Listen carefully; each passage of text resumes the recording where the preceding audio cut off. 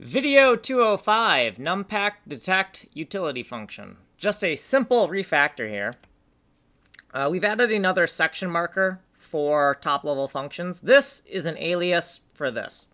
Just giving the section two different names, describing what this section means right here, and then our actual refactor is right here.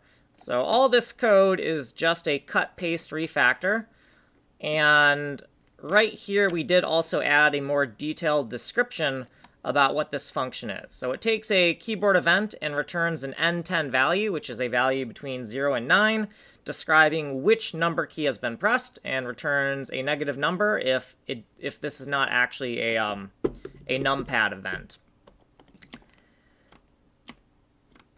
Right here we have MOV. That stands for the code has been moved in video 205.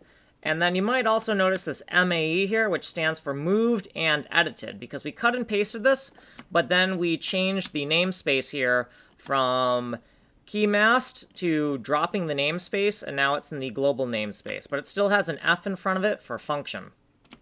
So yeah, just a very basic cut-paste refactor. And then down here, inside of the canonic EVT function, we have just changed the name right here.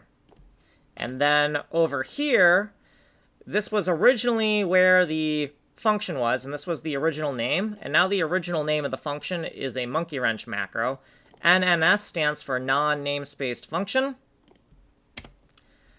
Here is the other place we were using this function.